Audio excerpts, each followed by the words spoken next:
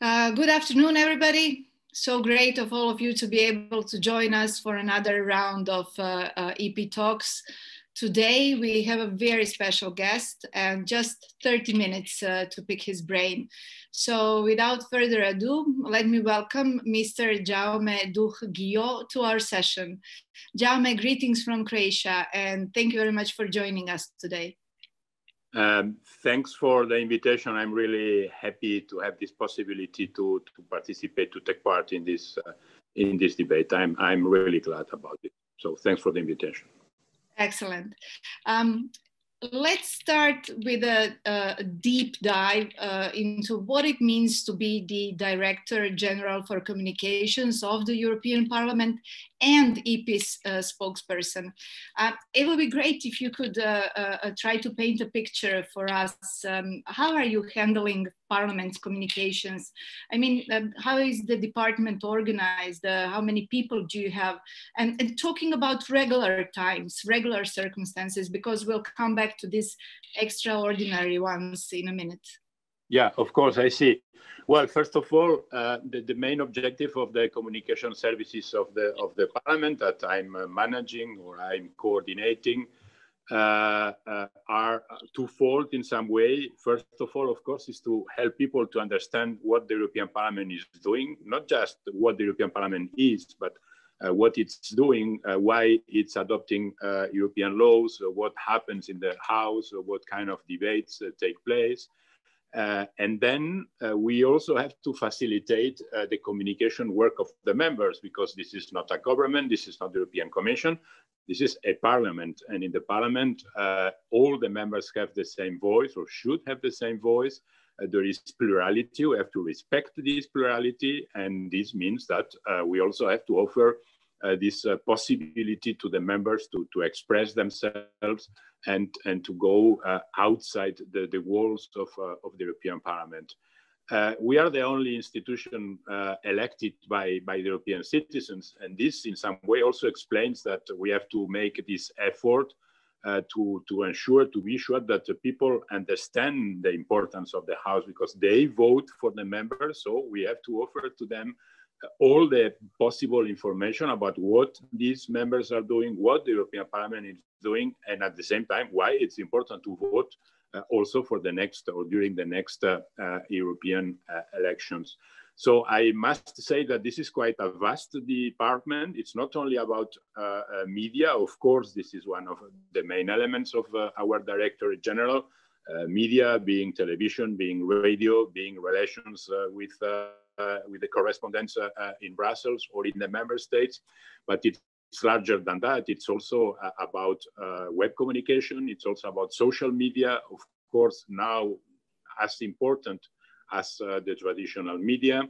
It's also about events, about campaigns, about public communication, about our visitors schemes. You probably know that there is a very nice visitor center in Brussels. There is also a museum about the history of Europe. All these, let's call it sections or departments belong to the Director General for Communication.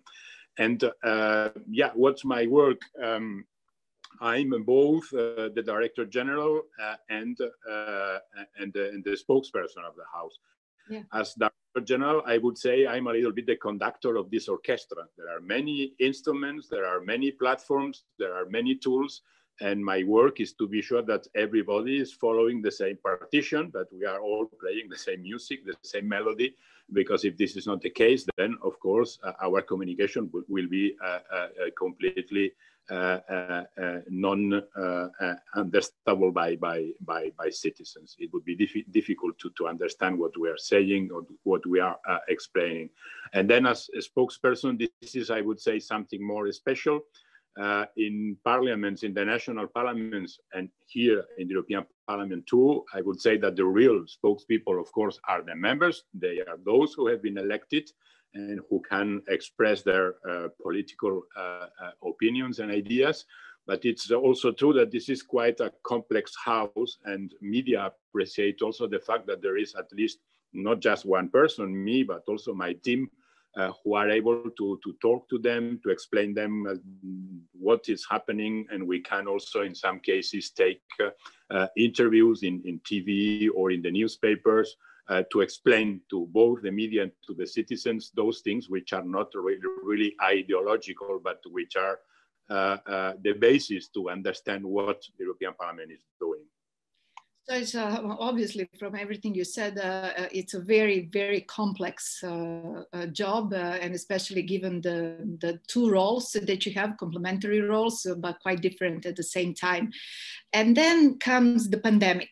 And then the pandemic changes the way we live and work, and you're heading the structure that is, I assume, also in regular circumstances, very difficult to handle properly.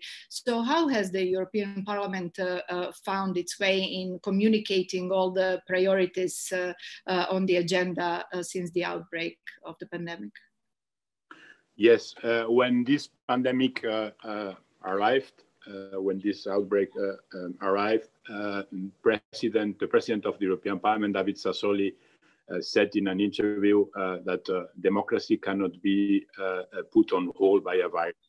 A virus cannot win the battle against democracy. And since then, this is a little bit our motto. The parliaments are always necessary, but probably they are even more necessary when a crisis arrives, being a pandemic, being another kind of crisis.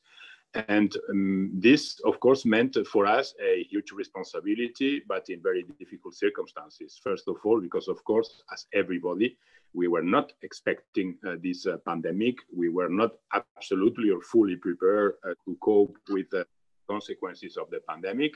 But I must say that we were quite efficient in adapting to the new circumstances.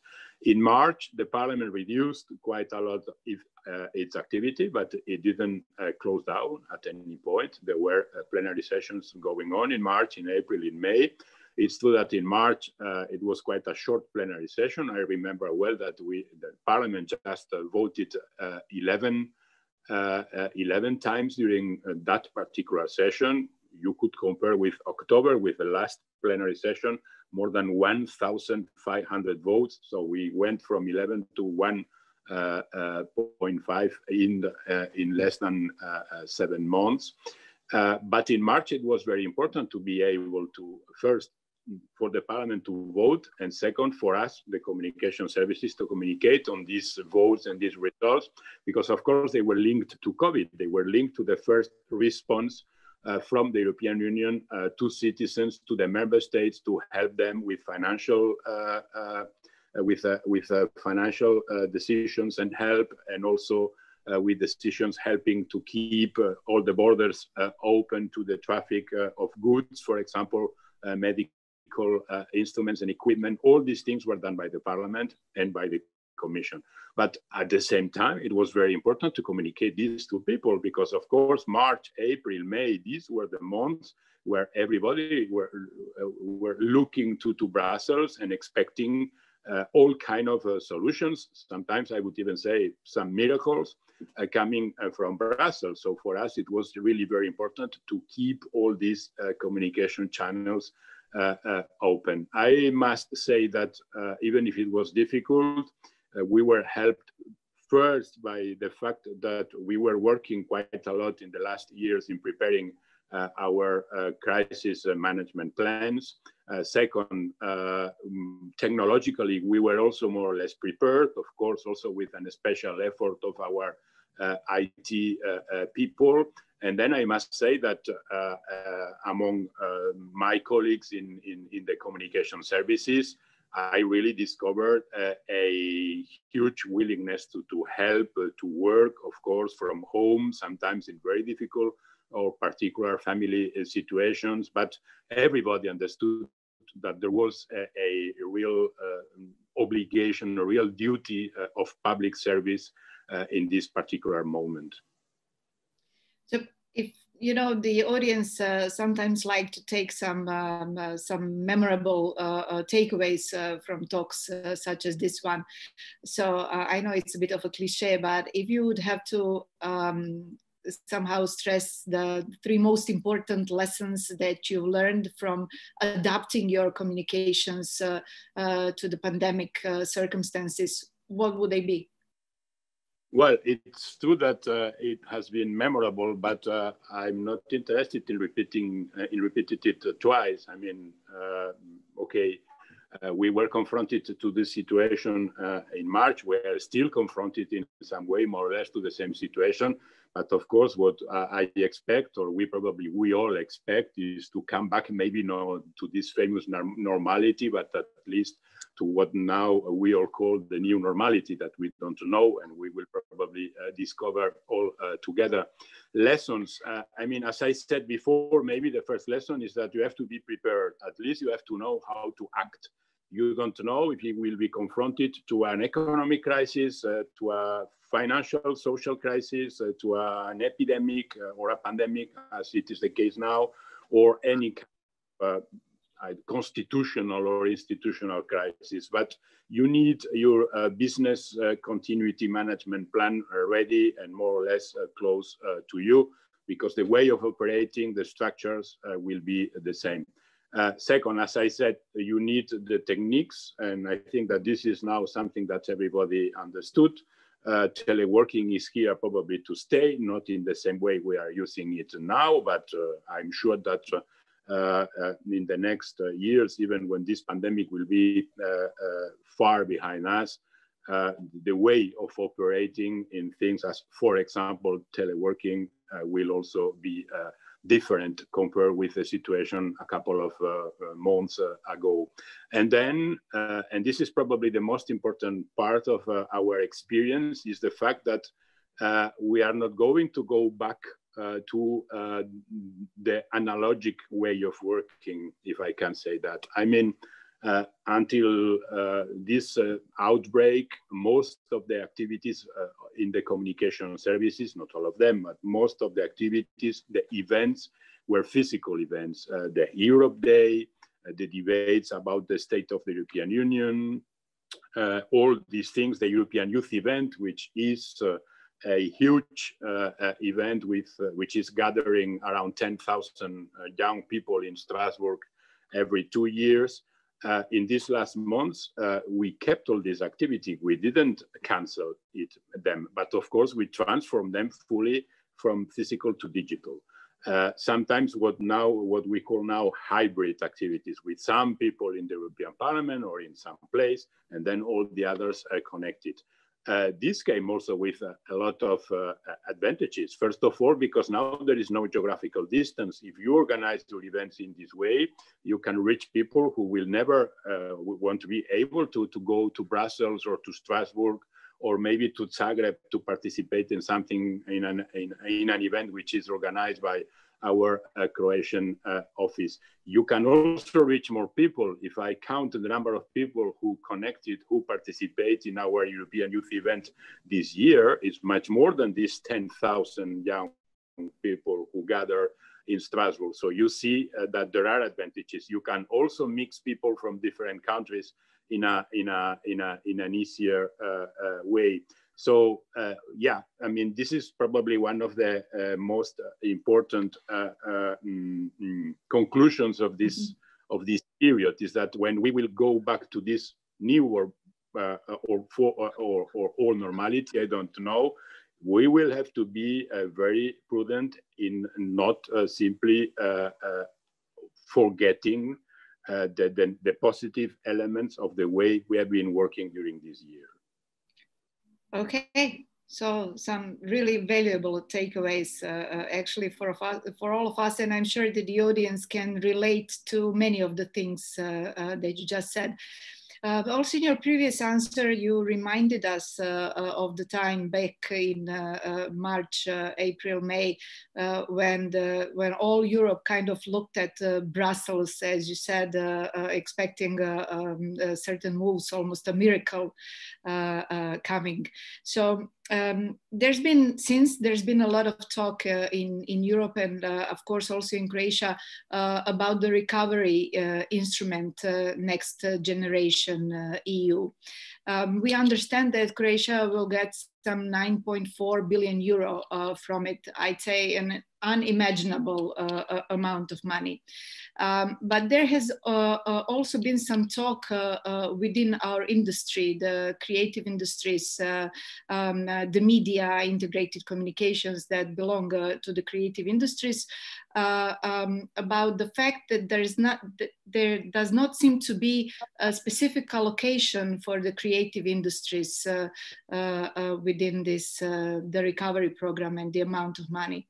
And while I'm asking this question, we're also following what's happening on our Facebook, and we are getting a very similar question from the audience.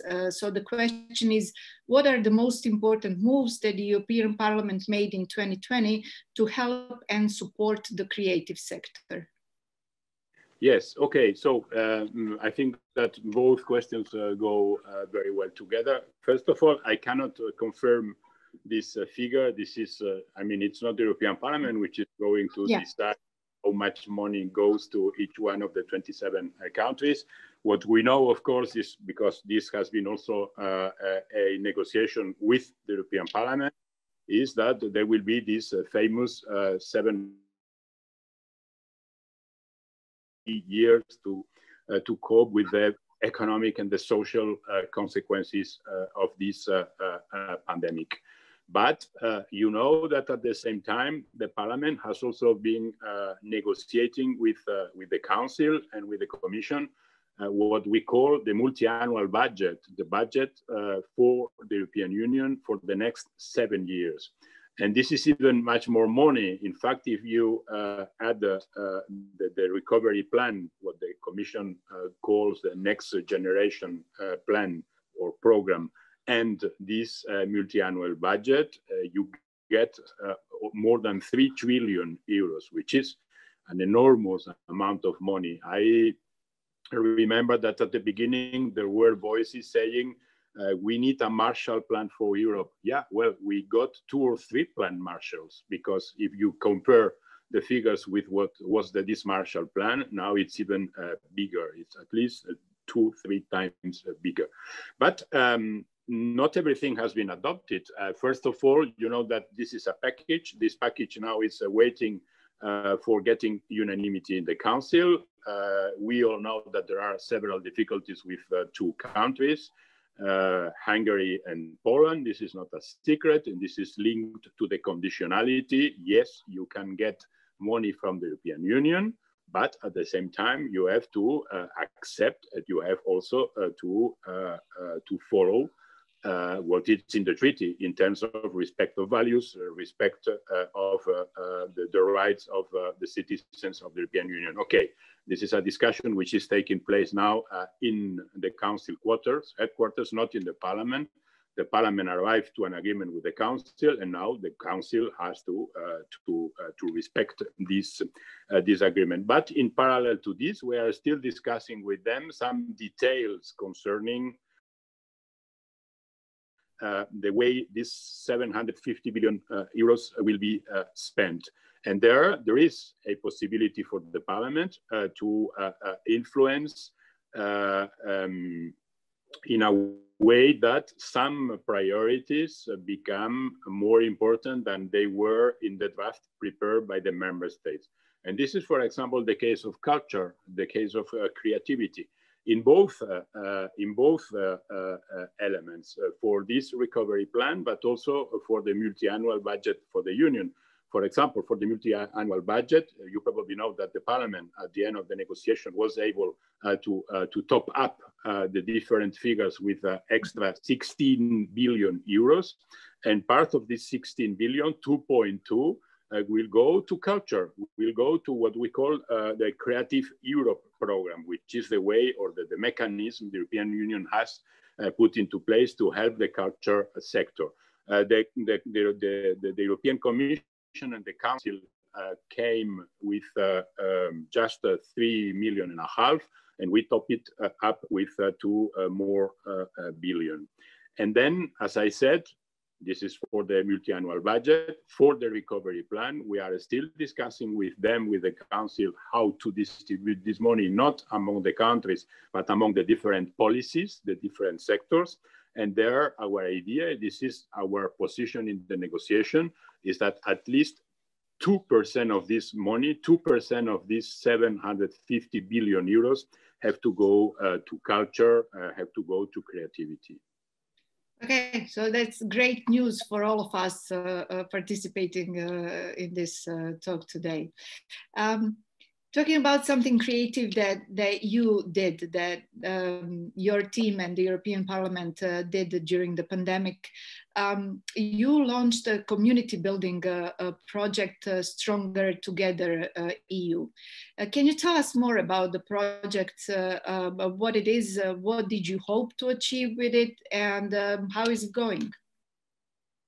Well, yes, in March, April, as I said, we had to change our priorities.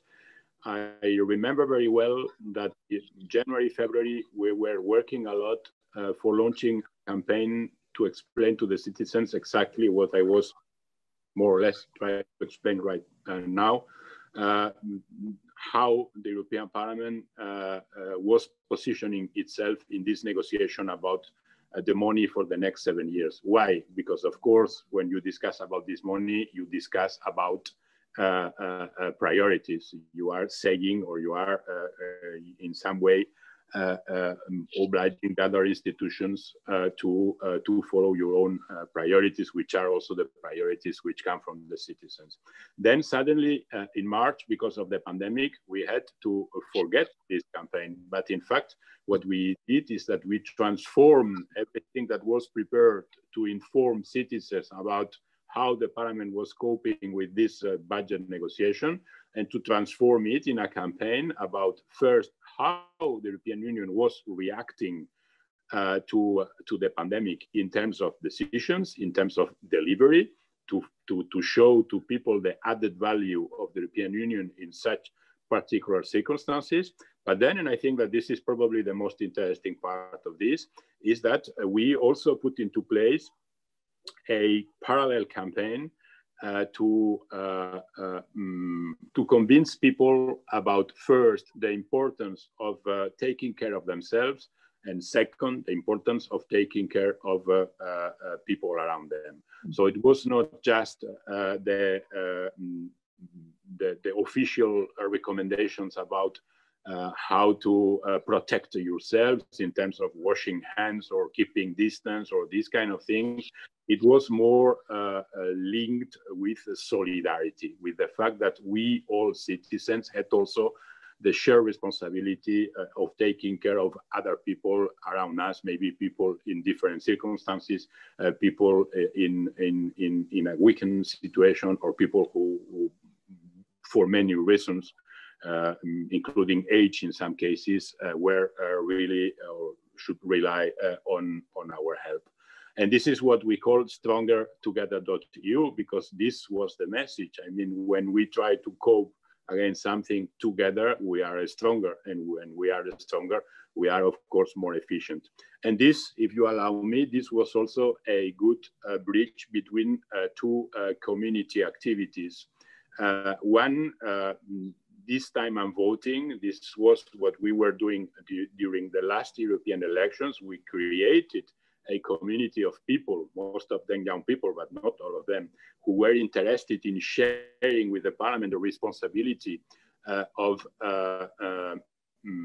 explaining to others the importance of the European elections and the importance in taking part in these elections, in voting, in going to the poll stations and vote. And the fact that now this, after this pandemic, we are reconstructing in some way this same community. This time it's not about voting, this time it's about being together, together.eu. And this is the community, this is the place where we will probably find those thousands and thousands of citizens who will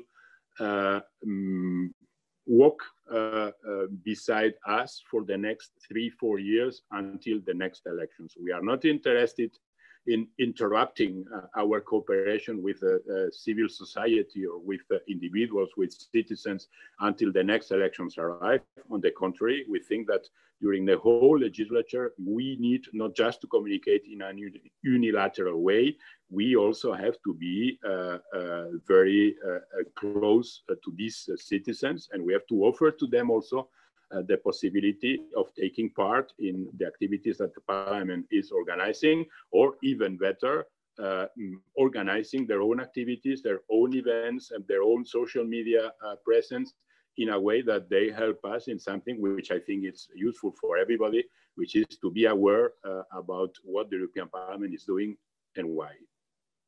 Yeah, well, when following the campaign, I think that you have some really interesting material there, and hopefully the industry will recognize your efforts, maybe with an award, should you decide to go that way. Yeah, we'll see.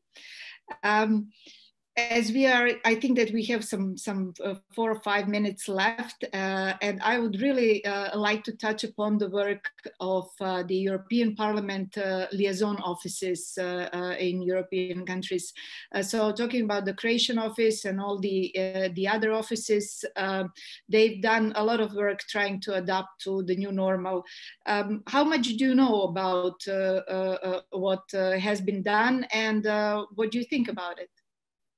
Well, I think I know a lot because I'm also responsible. I mean, how much were you able to follow what is happening with so much work? I try to follow. Of course, it's not possible because these offices are very active and they are doing many things. Some of these things I know, others, of course, I trust them. And by the way, let me use this opportunity to praise the work which is being done by our office in Zagreb, in Croatia, because they are really a very nice team. They are working very well since many years now.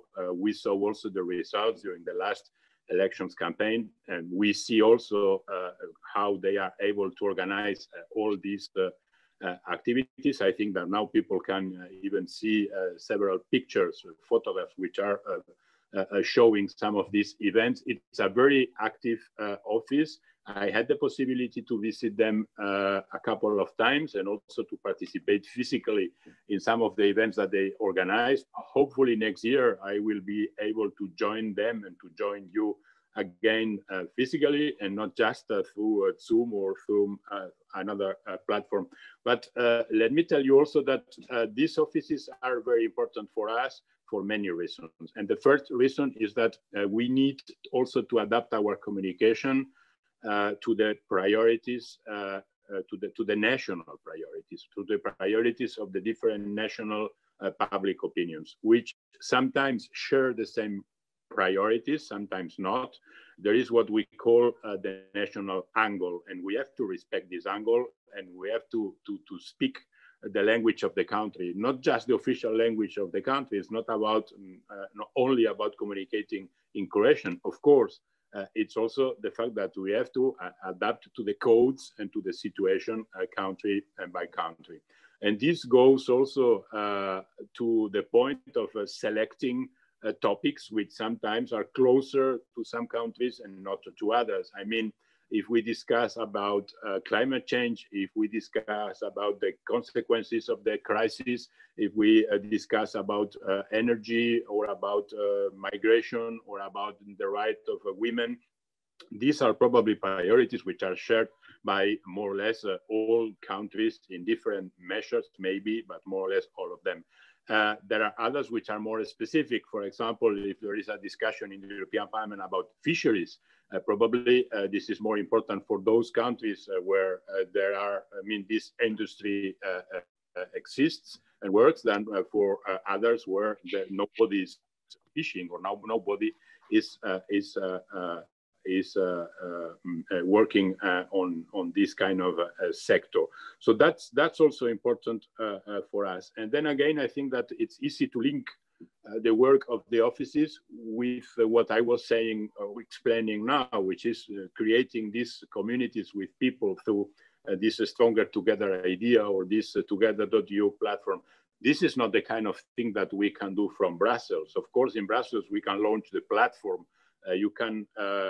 we can give the means, we can get the budget to do these things. But then this is something which has, which should be developed in a very localized way. So this is for the offices to work on this. Last point, and I think this is also very important, the offices are also there to help the members of the parliament to communicate. As I said, this is one of the main purposes of the communication services of the parliament, but this is something that then you can also disclose country by country, members by members.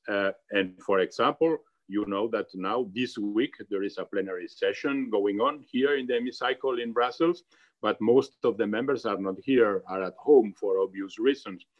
Those who don't take the floor, they can be at home and they can vote from home. But those who have the possibility to take the floor and are not in Brussels, these people will go to the offices, in this case, for example, to the office in Zagreb, will use our means, will be connected to the plenary and will speak, will intervene during the debate from the office. So we discovered also with this crisis that at some point it was necessary also to transform our offices in small peripheric hemicycles, and we are also very proud about that. Great. Jaume, I think that our time is actually up. I cannot believe it. It's been 30 minutes already, and I haven't gone even through half of the list of the things that I wanted to ask you. So I hope that you will accept our invitation sometime in the future for another talk where we can also maybe explore some of the questions that we got from the audience, but there was no time to answer to them today. Can we promise to the audience that you'll take some of the questions that they posted and answer them in writing maybe in the days to come? Yes, of course, no problem. And if there is a possibility to do this by writing, it will be my pleasure. If we need an extra half an hour to connect with them, I will be also glad to find this time in my agenda. Again, I cannot go to Zagreb now, but at least now it's easier to communicate. So yeah. But in the summer, maybe in the summer. Yeah. Why not? Hope to see you there. Thank you very much once again for participating in this session. Thank you. Thank you for the invitation. Thanks a lot. Bye-bye. Goodbye. Stay safe.